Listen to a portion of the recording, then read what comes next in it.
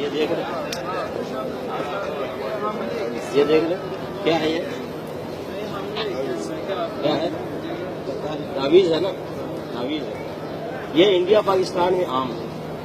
اس کو لوگ کیا کہتے ہیں؟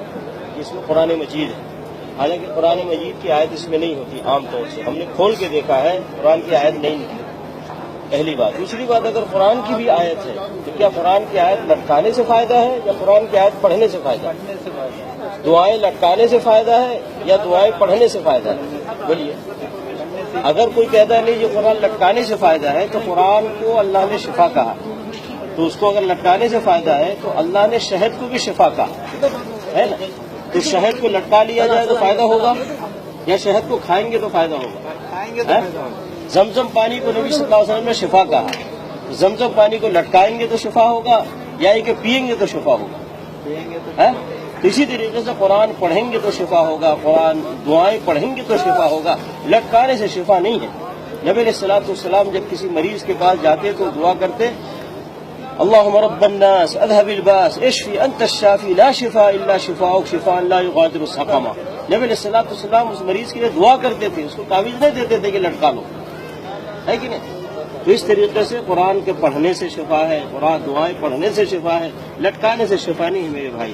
اس لیے یہ سب کام نہیں کرنا میرے بھائی۔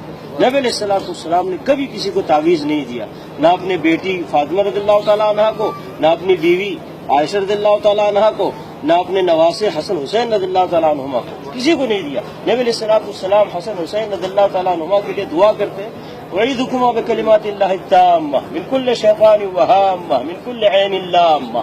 نبی علیہ الصلوۃ والسلام اس طرح دعا کر کے حسن حسین کے لیے دعا کیا کرتے تھے، کیوں نہیں ان کو تعویذ گلے میں ڈال دیتے؟ بلکہ نبی صلی اللہ علیہ وسلم منع فرمایا، کہا من تعلق تمیمۃ فقد اشرک، جس نے تعویذ لٹکایا اس نے شرک۔ تو تعویذ میرے بھائی اسلام میں نہیں ہے، دین میں نہیں ہے۔ اب اس کے بعد لٹکائیں گے؟ بولیے، نبی علیہ الصلوۃ والسلام کے خلاف کوئی کام کریں گے؟ نہیں کریں گے نا، نہیں کریں گے نا۔ کیوں نہیں بول رہے؟ یعنی نبی صلی اللہ علیہ وسلم مخالفت کریں گے؟ نہیں کریں گے نا۔ تو اس میں تعویذ بھی پہننا نبی صلی اللہ علیہ وسلم کی مخالفت ہے۔ کریں گے یہ مخالفت؟ نہیں کریں گے، سیدھی سی بات ہے۔ جو نبی صلی اللہ علیہ وسلم سے ثابت ہے وہ کریں گے، جو ثابت نہیں ہے وہ نہیں کریں گے، سیدھی سی بات۔ نبی علیہ الصلوۃ والسلام کی مخالفت کرنا کوئی اجر ہے، ثواب ہے؟ بہت بڑا گناہ ہے۔ نبی علیہ الصلوۃ والسلام کی پیروی کرنا یہ ثواب کا کام ہے، یہ نیکی کا کام ہے۔ سمجھ گئے میرے بھائی؟ اس لیے اگر کوئی مولوی، کوئی مفتی، کوئی حافظ قرآن اگر یہ چیز دیتا ہے تو نبی صلی اللہ علیہ وسلم کی مخالفت کرتا ہے۔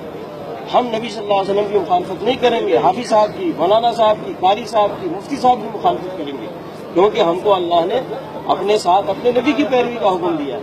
یا ایھا الذین آمنوا اطیعوا اللہ واطیعوا الرسول، اے ایمان والو اللہ کی اطاعت کرو، اللہ کے رسول کی اطاعت کرو۔ کسی مولانا صاحب، مفتی صاحب، حافظ صاحب، قاری صاحب کی اطاعت کا حکم نہیں دیا گیا ہم کو۔ اس لیے میرے بھائی خیال کریں، نہ یہ آپ لیں کسی سے نہ دے کسی کو، بلکہ اگر آپ نے اس کو نکالا کسی کے گلے سے تو آپ کے لیے بڑا ثواب اور اجر۔ اور قرآن پڑھیں، قرآن پڑھیں، قرآن پڑھیں۔ قرآن پڑھنے میں شفا ہے، قرآن سمجھ کر اس پر عمل کرنے میں ہدایت ہے، اور دنیا میں عزت ہے اور آخرت میں نجات ہے۔ سمجھ گئے نا میرے بھائی؟ اس لیے خیال کریں، آج محمد صلی اللہ علیہ وسلم کی مسجد میں ہے اس وقت، اسی جگہ سے نبی صلی اللہ علیہ وسلم دین سکھاتے تھے، سمجھاتے تھے صحابہ کرام کو، اور اس پہ وہ عمل کرتے تھے۔ نبی صلی اللہ علیہ وسلم فرمایا، علیکم بسنتی و سنت الخلفاء الراشدین المہدیین، لازم پکڑو میرے طریقے کو اور میرے خلفاء راشدین کے طریقے کو جو ہدایت یافتہ ہے۔ سمجھ گئے میرے خیال؟ ہم یہ پیغام دے رہے ہیں، یہ نہیں کہ ہماری بات مانو، اللہ اور اللہ کے نبی صلی اللہ علیہ وسلم کی بات مانو۔